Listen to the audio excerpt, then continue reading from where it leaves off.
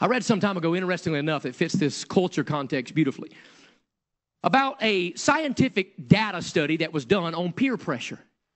They wanted to find out if people would be willing to stand with or against people that they knew very well. It's pretty obvious where he's going to try to go with this. What he doesn't realize is how badly it'll backfire. Let's do this.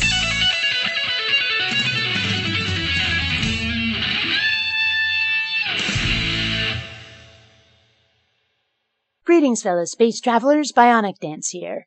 Greggy Poo is going to start with a valid point about peer pressure, but then he's going to try to use it to prove a point based on an obviously false premise.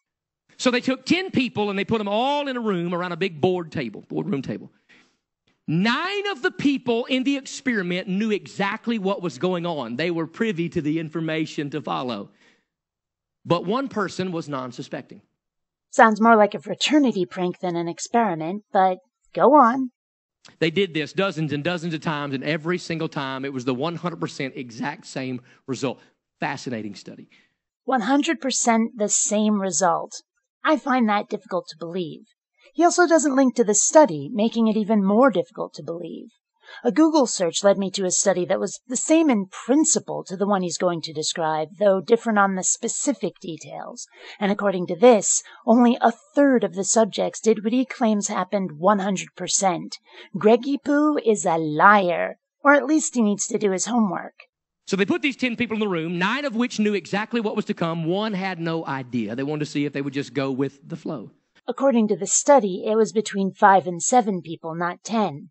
Sure, I might be nitpicking details, but he's already been blatantly full of shit once. Further displaying his lack of credibility isn't completely without value. Hell, I can even show video of the experiment being conducted. All right, we'll proceed in this order. You'll give your answer. Only one of the people in the group is a real subject, the 5th person with the white t-shirt. The others are confederates of the experimenter and have been told to give wrong answers on some of the trials. They walked into this room with 10 people. They took a little white 3x5 card, and right in the middle of the table, they placed it. And on that little white 3x5 card was a big red dot, obviously blood red. No way around that. The experiment you'll be taking part in today involves the perception of lengths of lines. As you can see here, I have a number of cards, and on each card there are several lines. Your task is a very simple one. You're to look at the line on the left and determine which of the 3 lines on the right is equal to it in length. A blood red dot, you say? I really wish he'd linked his study, if he could. This sounds more like someone told someone a story who told it to someone else who told it to him, and it got corrupted along the way. Incidentally, there actually is an experiment involving a red dot, but it's from a laser pointer, and the question is about how far it moved and not its color. And they had told the 9 people that were already privy to the information, whenever it is your turn to answer the question as to what color the dot is, make sure you use the word orange. But they did not tell the 10th person.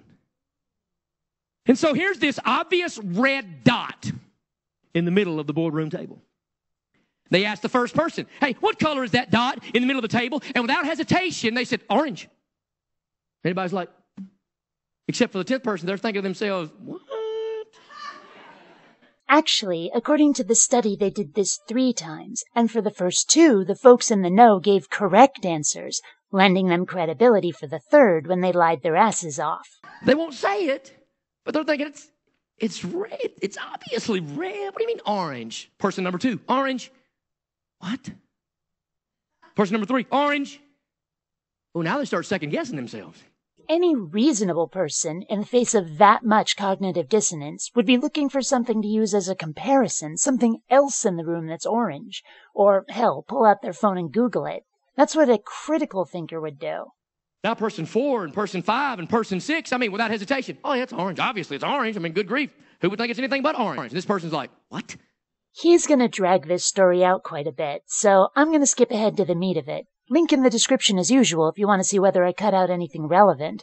Unlike Greggy Poo, I provide my sources for completeness and honesty. And without fail, every time they got to the 10th person, the 10th non-suspecting person would give in to the pressure and inevitably say, it's orange.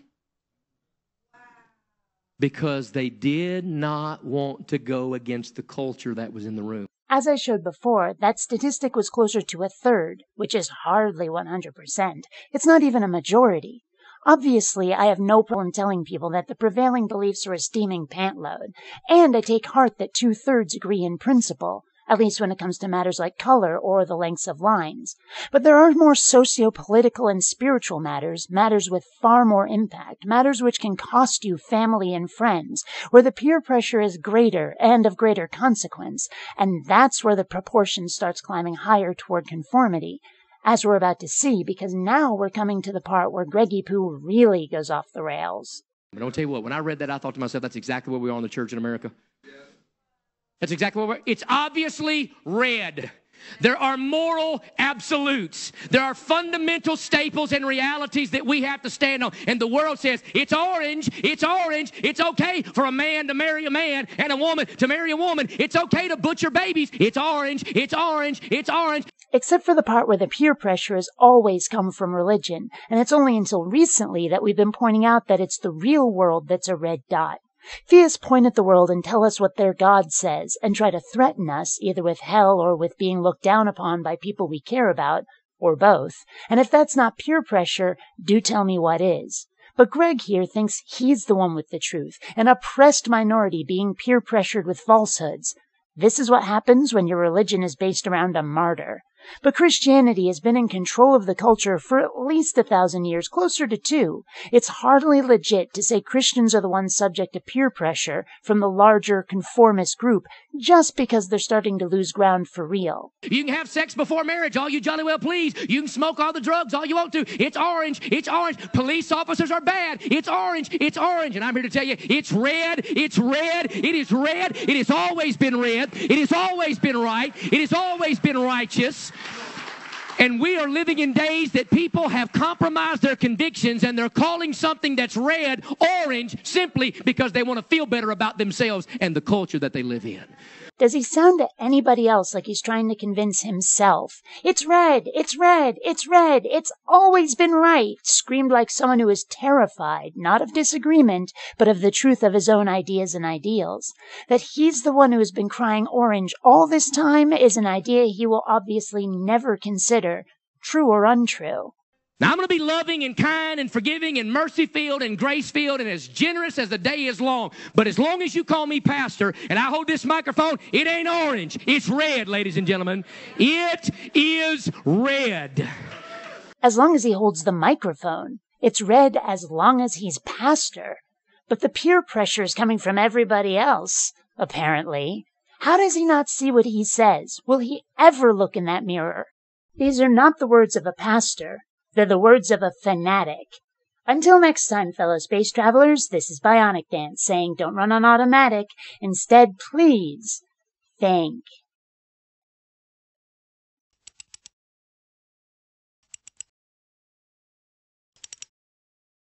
You know, Dewey, we wouldn't have to do this if I had more Patreon patrons. Just saying.